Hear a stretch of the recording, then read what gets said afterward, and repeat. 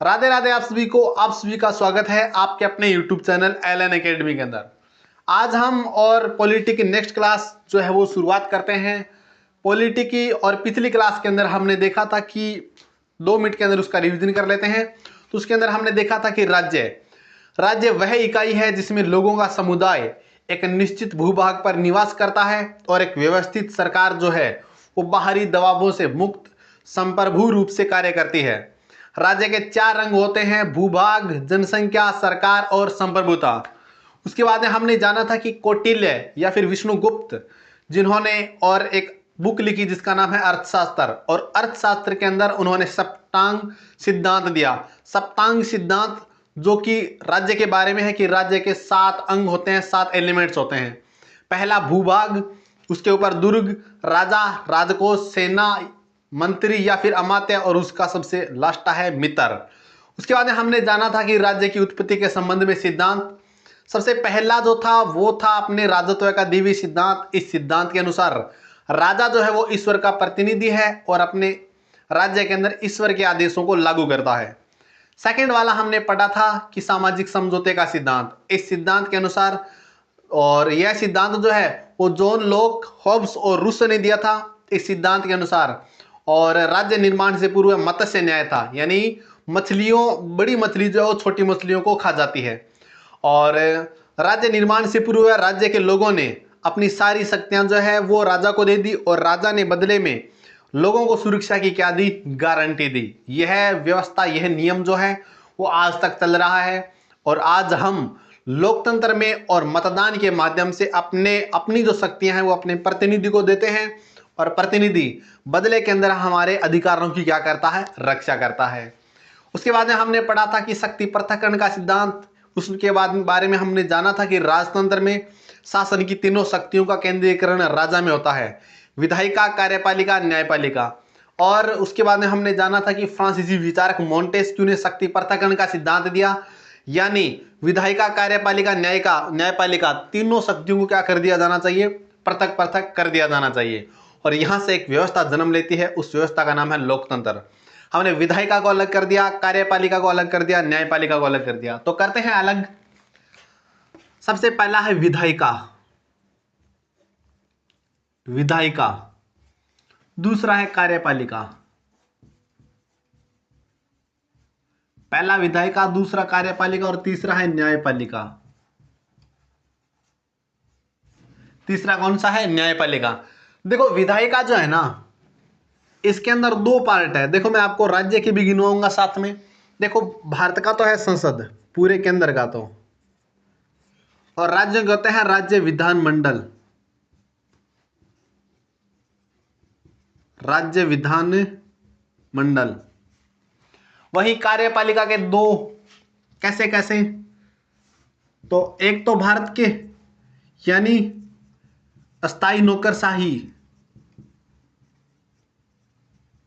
और दूसरा होता है अस्थाई मंत्री परिषद।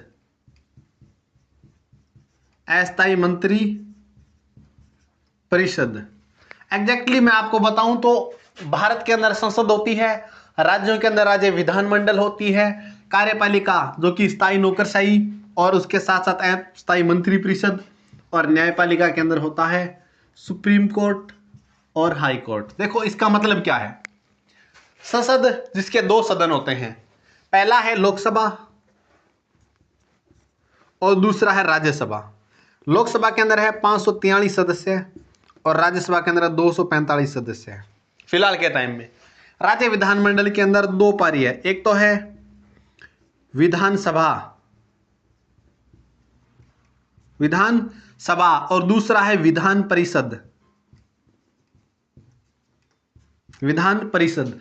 देखो अस्थाई मंत्री परिषद, स्थायी नौकरशाही के अंदर आईएएस आरएएस जो अपने होते हैं वो ये वाले होते हैं, और अस्थाई मंत्री परिषद क्योंकि मंत्री जो है ना वो 5 साल के बाद में उनका इलेक्शन होता है। इलेक्शन के बाद में अगर वो चुनाव जीतते हैं तो वापस आ जाते हैं, और चुनाव हार जाते हैं तो उनके स्थान पर दूसरे मंत्री जो है वो आ जाते हैं। इसलिए मंत्री परिषद तो होते हैं अस्थाई, और जो नौकरशाही होती है यानी आरएएस आईएएस होती है वो होते हैं अस्थाई। एग्जैक्टली यही व्यवस्था राज्य के अंदर है और यही व्यवस्था केंद्र के अंदर है, संपूर्ण यानी केंद्र के अंदर। न्यायपालिका दो जगह, एक तो सुप्रीम कोर्ट, एक हाई कोर्ट। हाई कोर्ट जो कि सुप्रीम कोर्ट के अंडर में है। आप कोई भी मामला, जैसे मान लो कोई मुकदमा दायर करते हो, मुकदमा जाता है हाई कोर्ट के अंदर, मुकदमा जिसकी सुनवाई की जाती है और फैसला सुना दिया जाता है। मान लो फैसला आपके विपक्ष में सुना दिया और आप उस फैसले से संतुष्ट नहीं है, आप सुप्रीम कोर्ट के अंदर अपनी याचिका दायर करेंगे और सुप्रीम कोर्ट अपना फैसला है जो है वो दोबारा सुनाएगा। सुप्रीम कोर्ट ने फैसला सुना दिया, चाहे वो आपके पक्ष में हो चाहे विपक्ष में हो, आप चाहे उससे संतुष्ट हो या ना हो, आपको सुप्रीम कोर्ट का फैसला जो है वो मानना ही पड़ेगा। लेकिन अगर आपको हाई कोर्ट का फैसला सुना दिया तो आप हाई कोर्ट से सुप्रीम कोर्ट की ओर जा सकते हो। कहने का भावार्थ ये है कि हाई कोर्ट जो है ना वो सुप्रीम कोर्ट के अंडर में है। बात करते हैं विधायिका, जिसके संसद के दो सदन होते हैं, लोकसभा और राज्यसभा। लोकसभा के अंदर 543 मेंबर है, राज्यसभा के अंदर 245 मेंबर है। राज्य के अंदर राज्य विधानमंडल जो कि विधानसभा के सदस्य को कहते हैं MLA, member of legislative assembly, और विधान परिषद के सदस्य को कहते हैं MLC, member of legislative council. देखो, कुछ राज्य ऐसे हैं जिनमें विधानसभा है, सिर्फ और सिर्फ विधानसभा, और कुछ राज्य ऐसे हैं जिनमें विधानसभा और विधान परिषद दोनों है। राजस्थान जिसके अंदर विधानसभा है और उत्तर प्रदेश जिसके अंदर विधानसभा और विधान परिषद दोनों है। अब बात करते हैं कार्यपालिका, स्थायी नौकरशाही एवं स्थायी मंत्रिपरिषद हो गया। न्यायपालिका की हमने बात कर ही ली। अब इंटरेस्टिंग बात सुनो जो सबसे ज्यादा इंपॉर्टेंट है। देखो, हम सबसे पहले बात कर रहे थे केंद्र की। जैसे मान लो यहाँ पर 543 सदस्य है, उनमें से मैं 100 मेंबर को यहाँ से और 100 मेंबर को यहाँ से, बताओ कितने मेंबर हो गए? 200 मेंबर हो गए ना। अब ये 200 मेंबर पता है आपको कहाँ जाएंगे? ये 200 मेंबर जाएंगे कार्यपालिका के अंदर। और कार्यपालिका जो सेक्शन है ना अस्थायी मंत्रिपरिषद वाला, तो ये 200 मेंबर कहां जाएंगे? अस्थायी मंत्रिपरिषद, इस वाली जगह पर जाएंगे।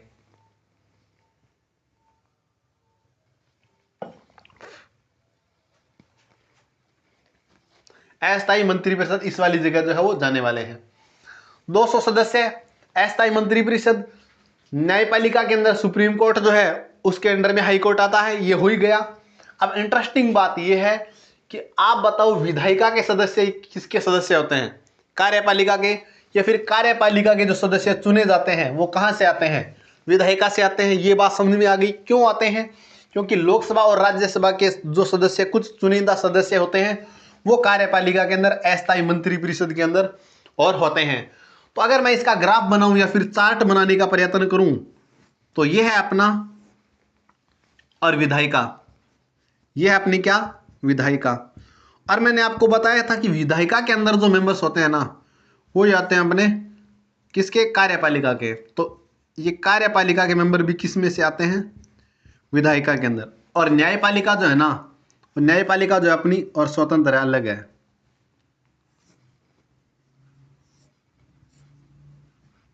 यह अपनी न्यायपालिका। अब आपके मन में एक सवाल आ गया होगा, या फिर आपके मन में यह सवाल आ गया होगा कि कार्यपालिका के सदस्य विधायिका के सदस्य होते हैं और न्यायपालिका अलग होती है, तो आप बताओ कि भारत के अंदर स्पष्ट शक्ति पृथक्करण है क्या? देखो, शक्तियां जो मैंने आपको बताई थी, 3 शक्तियां होती है, विधायिका की, कार्यपालिका की, न्यायपालिका की। स्पष्ट अलग अलग है क्या? पृथक पृथक यानी अलग अलग है क्या? नहीं है। क्यों नहीं है? क्योंकि कार्यपालिका की शक्तियां जो है ना वो विधायिका से आती है, विधायिका की शक्तियां जो है वो जनता से आती है, और न्यायपालिका की शक्तियां अलग है कि नहीं? देखो, कार्यपालिका के मेंबर जो है ना वो किस में से उठे हैं? विधायिका में से। इसका मतलब कार्यपालिका के मेंबर किस में से उठे हैं? विधायिका में से। इसका मतलब शक्तियां जो है वो अलग अलग नहीं है, पूरी तरीके से अलग अलग नहीं है। वैसे तो अलग अलग है लेकिन पूरी तरीके से अलग अलग नहीं है। इसका मतलब हम यहां पर एक बात लिख सकते हैं, काफी ज्यादा इंपॉर्टेंट बात। क्या है बात? ये लिख सकते हैं कि भारत में स्पष्ट शक्ति पृथक्करण नहीं है। स्पष्ट शक्ति पृथक्करण नहीं है तो क्या है? एक बात और लिख सकते हैं कि भारत में, मैंने आपको बताया था कि दोहरी विधायिका है, बताओ है कि नहीं? भारत में कैसी विधायिका है? दोहरी विधायिका है। भारत में दोहरी कार्यपालिका है, बताओ है कि नहीं? भारत में दोहरी कार्यपालिका है, बताओ है कि नहीं? भारत में एकल न्यायपालिका है। एकल न्यायपालिका मैंने आपको बता दिया कि हाई कोर्ट जो है वो सुप्रीम कोर्ट के अंडर में है। हाई कोर्ट जो है वो सुप्रीम कोर्ट के अंडर में है। इसका मतलब भारत के अंदर कैसी शासन व्यवस्था है? तो भारत के अंदर संसदीय शासन व्यवस्था है। कैसे है संसदीय शासन व्यवस्था? क्योंकि भारत में सर्वोच्च कौन है? तो संसद है। और सबसे ज्यादा सर्वोच्चता की बात करें तो सबसे ज्यादा सर्वोच्च है भारत के अंदर संविधान। कौन है? संविधान। तो इस पूरी बातों को हम लिख लेते हैं एक बार फटाफट 5 मिनट के अंदर। बातें तो मैंने आपको बताई कि भारत के अंदर दोहरी विधायिका है। भारत में क्या है? दोहरी विधायिका।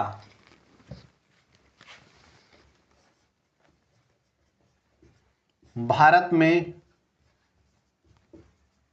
दोहरी विधायिका है।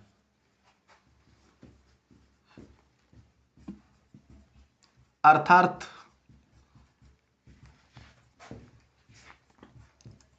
केंद्र के साथ साथ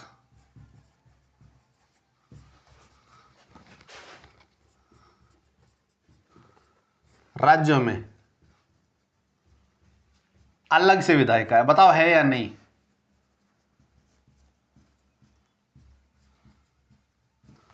और भारत में दोहरी कार्यपालिका है।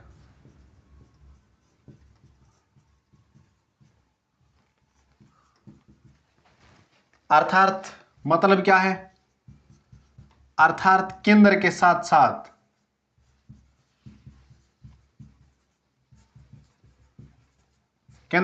साथ राज्यों में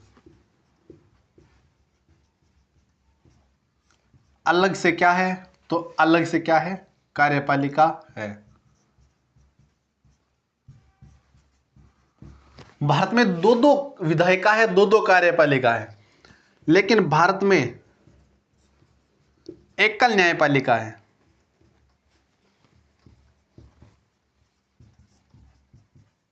भारत में कैसी न्यायपालिका है? एकल न्यायपालिका है। क्यों? क्योंकि उच्च न्यायालय जो है ना वो उच्चतम न्यायालय के अधीन है।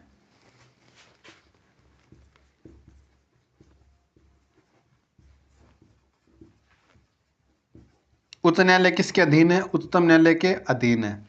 ये बातें तो हमने कर ली विधायिका, कार्यपालिका, न्यायपालिका की। उसके बाद में हमने बात करी थी कि भारत में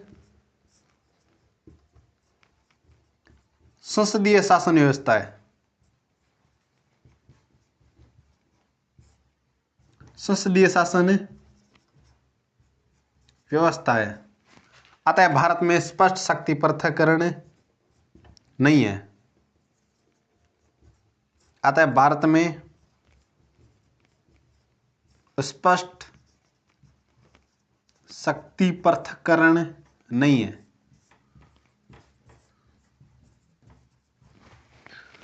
तो भारत में दोहरी विधायिका है, केंद्र के साथ साथ राज्यों में अलग से विधायिका है। भारत में दोहरी कार्यपालिका है, केंद्र के साथ साथ राज्यों में अलग से कार्यपालिका है। भारत में एकल न्यायपालिका है क्योंकि उच्च न्यायालय उच्चतम न्यायालय के अधीन है। भारत में संसदीय शासन व्यवस्था है। अतः भारत में स्पष्ट शक्ति पृथक्करण है। यह तो बात हो गई भारत की यानी इंडिया की। अब हम बात करते हैं ब्रिटेन। देखो 2-3 देशों की बातें करेंगे हम, ज्यादा नहीं बातें करेंगे। आगे जब हम पढ़ेंगे तो पूरा डिटेल से जानेंगे कि किस देश के अंदर क्या है, किस देश में क्या है। ये तो बात आई अपने भारत की, अपने इंडिया की। अब बात करते हैं ब्रिटेन की। देखो ब्रिटेन में क्या है? ब्रिटेन में है ना, जैसे मान लो एक तो होती है विधायिका, मैंने आपको बताया, एक होती है कार्यपालिका, एक होती है अपने न्यायपालिका। ब्रिटेन के अंदर विधायिका के 2 सदन है।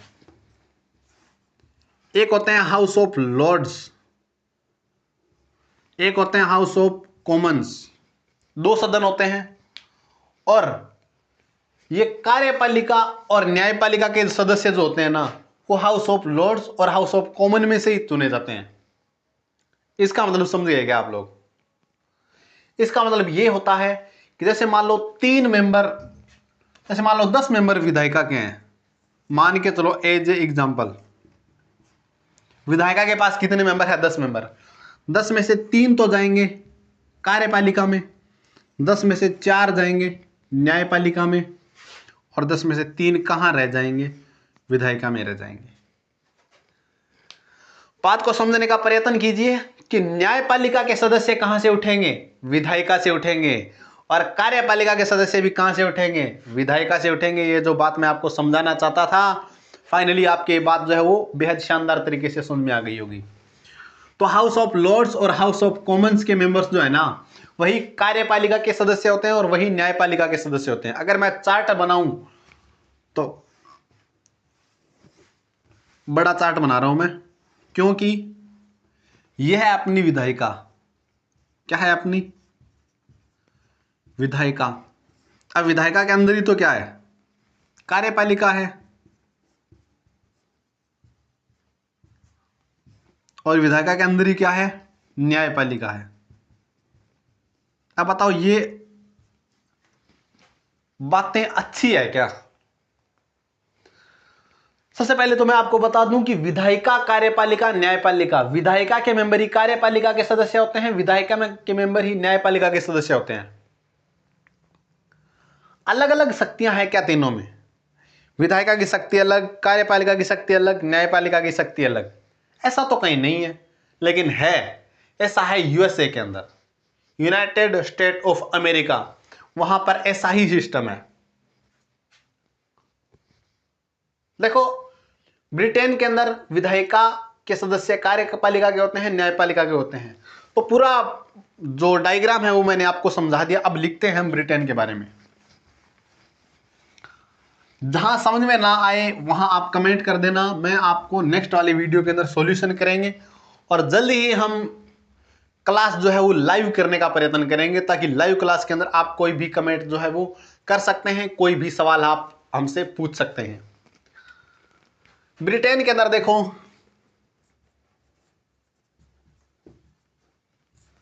ब्रिटेन में संसदीय शासन व्यवस्था है। ब्रिटेन में संसदीय शासन व्यवस्था है। कैसी शासन व्यवस्था है? ब्रिटेन में संसदीय शासन व्यवस्था है। और ब्रिटेन में कार्यपालिका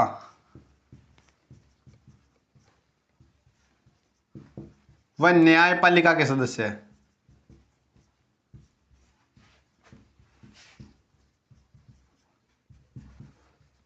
विधायिका के सदस्य होते हैं,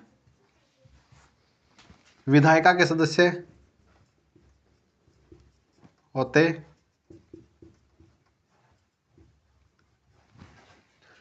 ब्रिटेन में कार्यपालिका के मेंबर्स और न्यायपालिका के मेंबर जो है वो विधायिका के सदस्य होते हैं। मैंने आपको बता दिया। ब्रिटेन में न्यायिक पुनरावलोकन का प्रावधान नहीं है।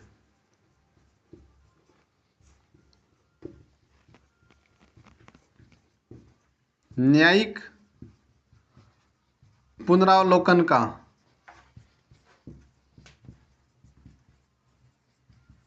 प्रावधान नहीं है। क्यों नहीं है? क्योंकि विधायिका के सदस्य जो है ना, वही तो कार्यपालिका के सदस्य होते हैं और वही न्यायपालिका के सदस्य होते हैं। अब बताओ, ब्रिटेन में संसदीय शासन व्यवस्था है, और ब्रिटेन में भी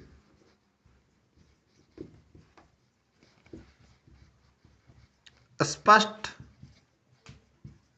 शक्ति पृथक्करण जो है वो नहीं है।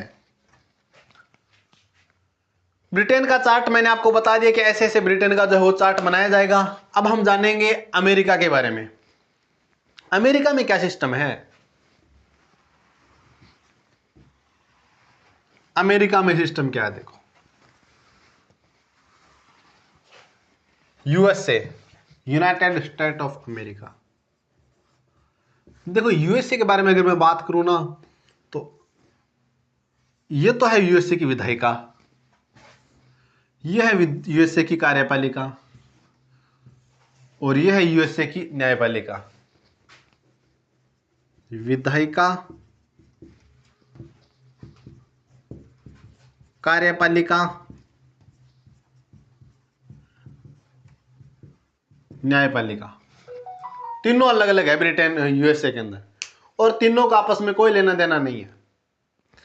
अगर कोई बंदा विधायिका का सदस्य होकर कार्यपालिका का सदस्य होना चाहता है तो सबसे पहले विधायिका से इस्तीफा देना पड़ेगा, और अगर कोई बंदा कार्यपालिका का सदस्य होकर न्यायपालिका का होना चाहता है तो सबसे पहले कार्यपालिका से इस्तीफा देना पड़ेगा, और अगर कोई बंदा न्यायपालिका का सदस्य विधायिका का सदस्य होना चाहता है या फिर कार्यपालिका का सदस्य होना चाहता है तो सबसे पहले उसे न्यायपालिका से क्या देना पड़ेगा? इस्तीफा देना पड़ेगा। ऐसा नहीं है कि विधायिका का ही हो जाए, कार्यपालिका का ही हो जाए, न्यायपालिका का ही हो जाए, अलग अलग है तीनों, एक नहीं है।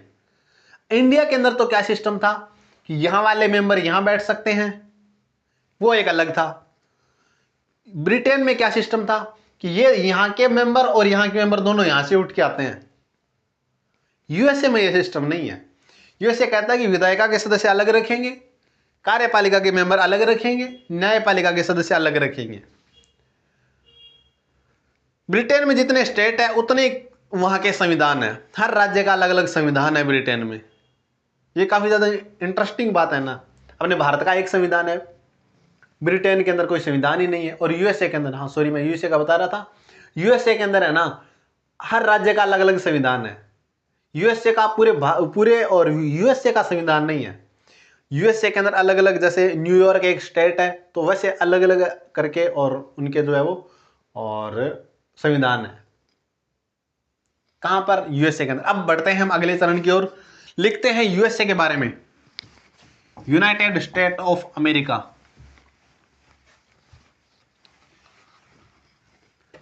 यूएसए में अध्यक्षात्मक शासन व्यवस्था है। कैसी? अध्यक्षात्मक शासन व्यवस्था है। पूरे देश का एक अध्यक्ष होता है जिसे कहते हैं राष्ट्रपति, और यूएसए में विधायिका,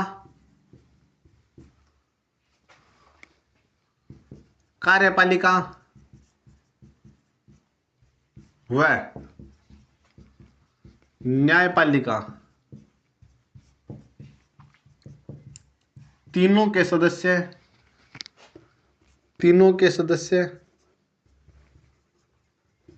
पूर्णतः पृथक है, अलग अलग है। विधायिका का सदस्य कार्यपालिका का नहीं रह सकता, कार्यपालिका का न्यायपालिका का नहीं रह सकता, तीनों अलग अलग है। और यूएसए में अध्यक्षात्मक शासन व्यवस्था है। यूएसए में विधायिका, कार्यपालिका और न्यायपालिका तीनों का सदस्य है वो जो पूर्णतः पृथक है। ये तो हमने यूएसए की बातें, यूएसए के बारे में इतनी बातें लिख ली। अब हम जानते हैं संविधान के बारे में। दो ही बातें हैं यूएसए के बारे में, तीसरी नहीं है। इसका पूरा पीडीएफ आपको ना टेलीग्राम पर मिल जाएगा। पूरा जितना मैंने पढ़ाया उतना पूरा पीडीएफ मिलेगा आपको। अब हम जानते हैं संविधान के बारे में। तो संविधान क्या है? संविधान एक किताब है, एक नियमों की किताब है जो हमारे देश को चलाती है, जिसके अंदर खूब सारे नियम है कि आपको क्या करना है, क्या नहीं करना, क्या करोगे, अगर नहीं करने वाली बातें अगर आपने कर दी तो आपको ये सजाएं मिलेगी। पूरा का पूरा लेखा जोखा जो है वो क्या करना चाहिए, कहाँ क्या करना है, कहाँ क्या करना है, सारी बातें संविधान के अंदर लिखी है। संविधान दो प्रकार का होता है, एक तो होता है लिखित, एक संविधान है अलिखित। अलिखित यानी जहां पर कोई लिखित डॉक्यूमेंट नहीं है, दस्तावेज नहीं है। लिखित संविधान के अंदर सबसे पहले नाम आता है भारत का, दूसरा नाम आता है यूएसए, नेपाल, पाकिस्तान। कई सारे देश हैं जिनका संविधान लिखित है। अलिखित संविधान जिनका लिखित नहीं है, जैसे हमने बात कर ली ब्रिटेन की। ब्रिटेन का जो संविधान है ना वो अलिखित है। न्यूजीलैंड का संविधान अलिखित है। कनाडा का संविधान अलिखित है। सऊदी अरब सऊदी अरब का भी संविधान क्या है? अलिखित है। तो ये संविधान जब अलिखित है तो नियम चलाते कैसे हैं? देखो चलाते कैसे हैं कि इनके जो रूल जो है ना वो प्रथाओं से चलते हैं। आपको भले ही जानकर ये आश्चर्य होगा कि प्रथाओं से चल रहा है, इसका मतलब एग्जैक्टली मैं आपको एक स्टोरी सुनाऊं तो मान के चलो अमेरिका के अंदर, सॉरी इंडिया के अंदर एक बंदा जो है वो चोरी करता है और उसको चोरी के हिसाब से उसको संविधान के अनुसार उसको जो सजा दी जाती है। एग्जैक्टली मान के चलो ब्रिटेन के अंदर कोई बंदा चोरी करता है तो ब्रिटेन वाले कहेंगे कि चोरी करते थे तो हमारे ये सजाएं देते थे, ये प्रथा है तो अभी ये सजा दे दो। तो वहां पर कानून नहीं है तो क्या है, तो वहां पर जो प्रथाओं के अनुसार जो है वो देश चलता है। अब हम एक छोटी सी अगर मैं बात बताऊं तो सबसे नया संविधान किस देश का है बताओ? सबसे नया संविधान है नेपाल का। नेपाल का संविधान 2015 में बना था।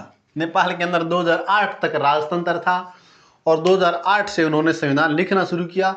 2015 तक 7 साल लगे बेचारों को संविधान लिखने में और 2015 के अंदर लोकतंत्र आया। 2023 तक 8 प्रधानमंत्री चेंज कर लिए, यानी हर 12 महीने के अंदर एक प्रधानमंत्री चेंज होता है नेपाल के अंदर। केपी शर्मा ओली जो कि नेपाल के प्रधानमंत्री थे। सबसे नया संविधान तो किसका है? नेपाल का। सबसे पुराना किसका है? सबसे पुराना संविधान किसका है? तो सबसे पुराना संविधान जो है वो है यूएसए का।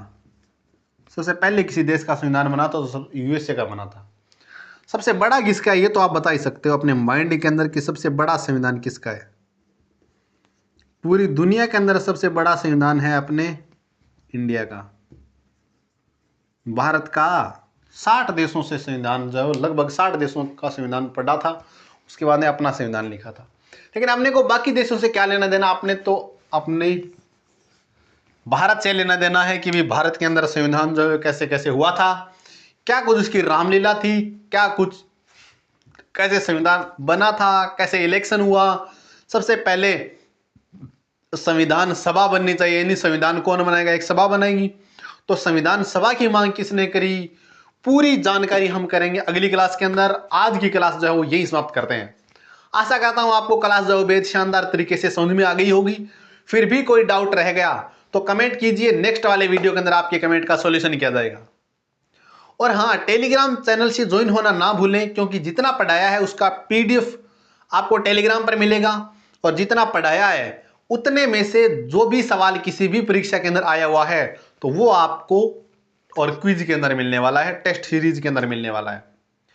बेहद शानदार रणनीति बनाकर हम चल रहे हैं इस बार। और पीवाईक्यू जो है वो आपके किसी भी सब्जेक्ट का जो है वो बेस है, एक नीम है। आपको पता चलता है कि सवाल कैसे पूछे जाते थे, कैसे पूछे जाते हैं और कैसे पूछे जाएंगे।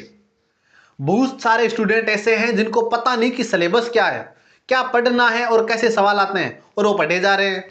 फिर उनका सिलेक्शन नहीं होता और फिर वो बैठ के कहते हैं कि भी किस्मत खराब है या फिर नौकरी के अंदर तो फर्जीवाड़ा है।